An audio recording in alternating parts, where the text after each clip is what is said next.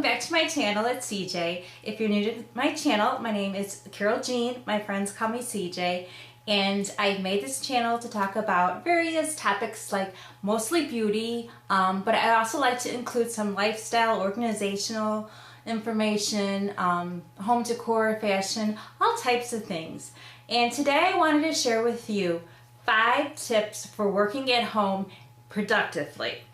Now, I've really been wanting to film this video for quite a while because I am a work-at-home mom. I have been for the last 5 years, and it can be very challenging. And I get asked a lot of questions about working at home from other women that are transitioning to the remote workspace. It seems to be a big trend in the work environment. In fact, I've been home for about 5 years now, and actually it's very common in my career path. I am a medical coder to work remotely. So I work with the college that I went to school at. I worked with them and actually have students call me to ask me how I like my job, what I don't like about my job, and quite a few of them asked me how I feel about working at home.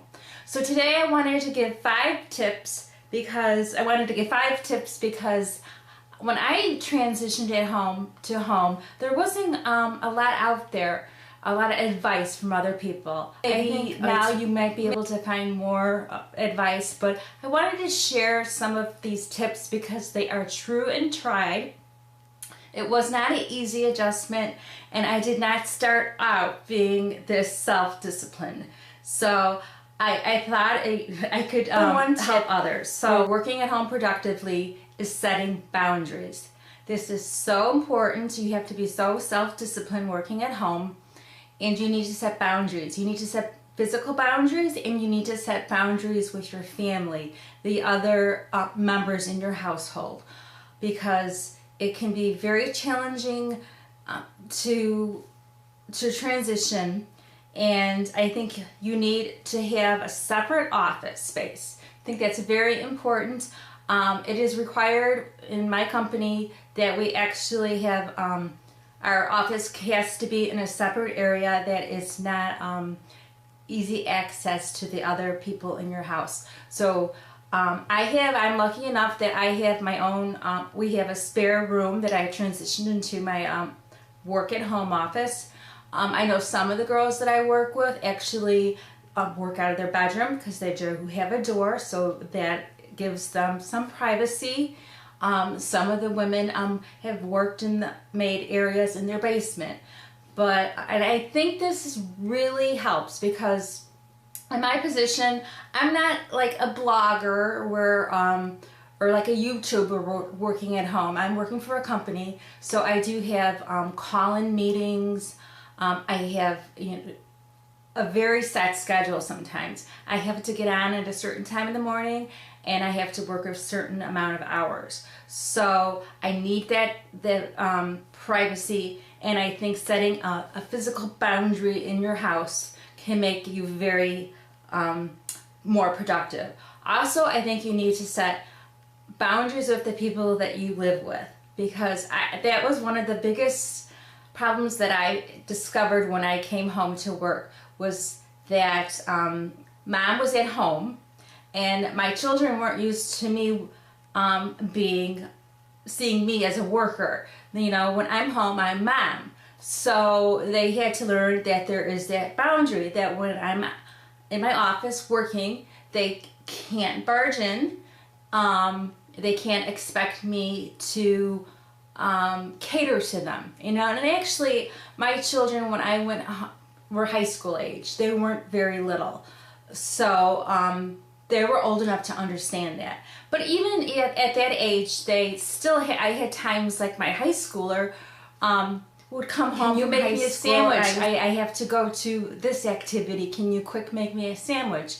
And they don't tell you this ahead of time. Otherwise, you know, I could make a sandwich. No, they have to learn that when you're at home working, you're wearing your worker hat and not your mom hat. And I hope that doesn't sound mean, but that's, especially at an older age, they have to learn that. At a younger age, I know I work with a lot of girls that have younger children, and they have found ways to work at home and eliminate the distractions of their kids. And in fact, one of the policies in the contract that we sign at home to work at home is working at home should never be a substitute for child care.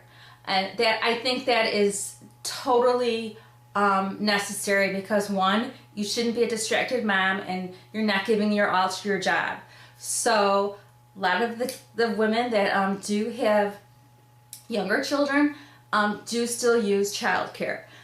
But a lot of women have chosen, a lot of girls that I work with have chosen to vary their hours, which is one great thing about being working at home. You do have we have flexibility. So some of the women will work when their husbands get home. You can still sign in, do your 8 hours. Some of them actually work like a split shift if they have school-age kids, younger school-age kids that need their attention when they get home, where they will work till their child gets home.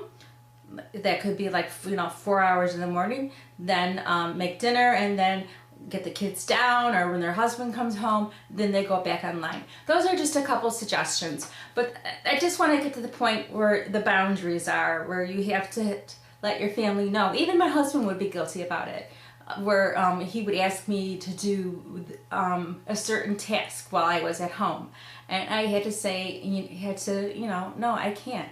I really have to focus. My second tip is to keep having a great morning routine. This is just makes the biggest difference in your day if you have a morning routine. I had a morning routine all the years. I worked 20 years outside the home before I came, at the hospital before I came home, and I had of course you have a morning routine. Well, keep up with your morning routine even when you come home. It's not going to be the same, but make sure that you're still getting dressed every day. The first thing I thought when I came home was, oh, I can roll out of bed, walk downstairs, flip on my computer, and that's just going to be great. Well, I would say no. I found out that it can be kind of depressing. It can make you lack a lot of energy, and it is just can kind of slow you down in different areas of your day. Like if I've been in my sweats all day or my pajamas all day and I haven't put any makeup on, haven't done my hair, well, you know what? I don't really go out on my lunch and take the dog for a walk. Or if my husband comes home from work and he says, hey, let's grab dinner, and I'll be like, oh well, I have to get myself ready first, because I haven't gotten myself ready for the day yet. So I learned that the best thing to do is still have your morning routine, still get dressed. It doesn't have to be anything fancy. I worked in scrubs at the hospital, so I'm used to wearing comfortable clothes, but I still like to wear something where I can go out for a walk in. If I get a call for some, do you want to go out shopping after work? Can I pick you up? I would say make sure you're still getting ready, getting dressed, putting a little bit of makeup on, and ready for the day. And you have a morning routine where you do take time for yourself. I like to get up in the morning. I like to do a few chores. I like to be active in the morning because I sit so long. So I'll do a little bit of house cleaning. I like to read, meditate. I like to actually walk. My transition for me for my morning is I like to take the dog for a walk. When I come back in the house, I sign on. It's almost like I'm entering back into my house and I'm putting myself in the mode, my work mode.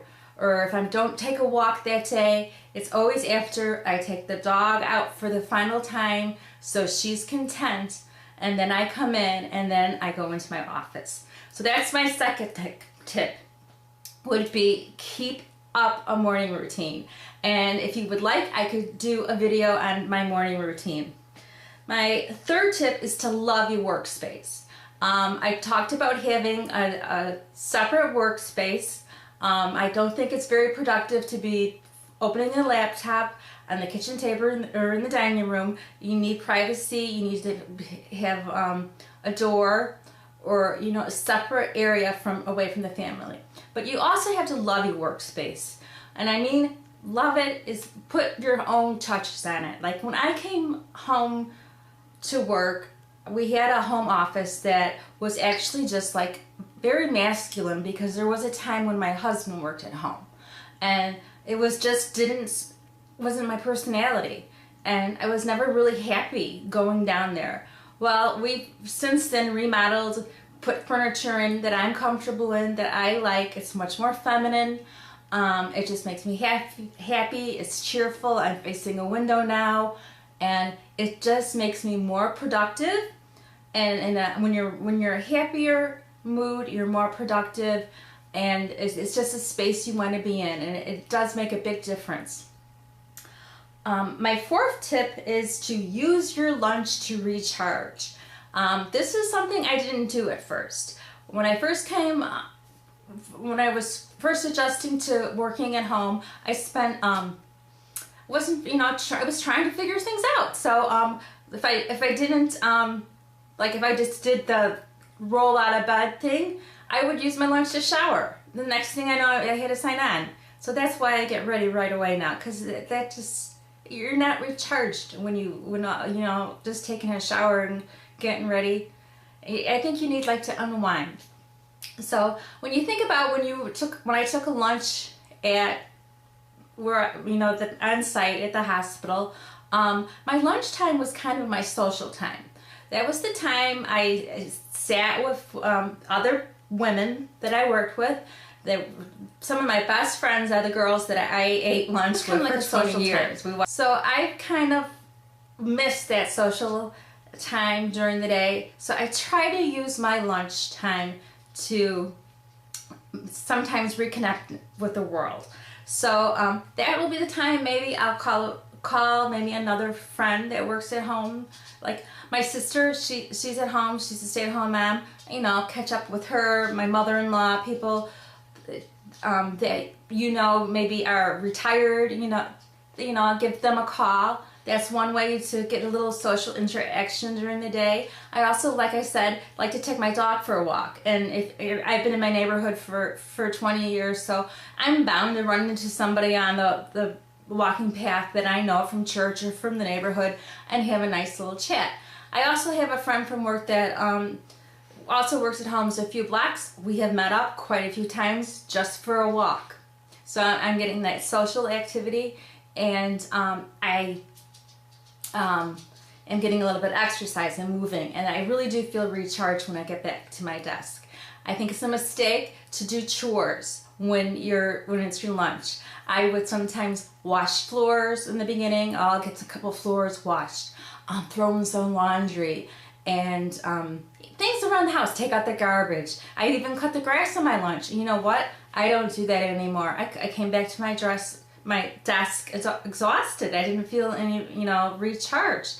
And I really think you need to recharge yourself. And it's important to nourish yourself. Don't skip eating. Sit down and eat. Sometimes I eat on my back porch on the nice day, but always make sure that you're maybe eating at that time and not in front of your desk. It just, I think it recharges you. Okay, now my fifth and final one is to eliminate distractions.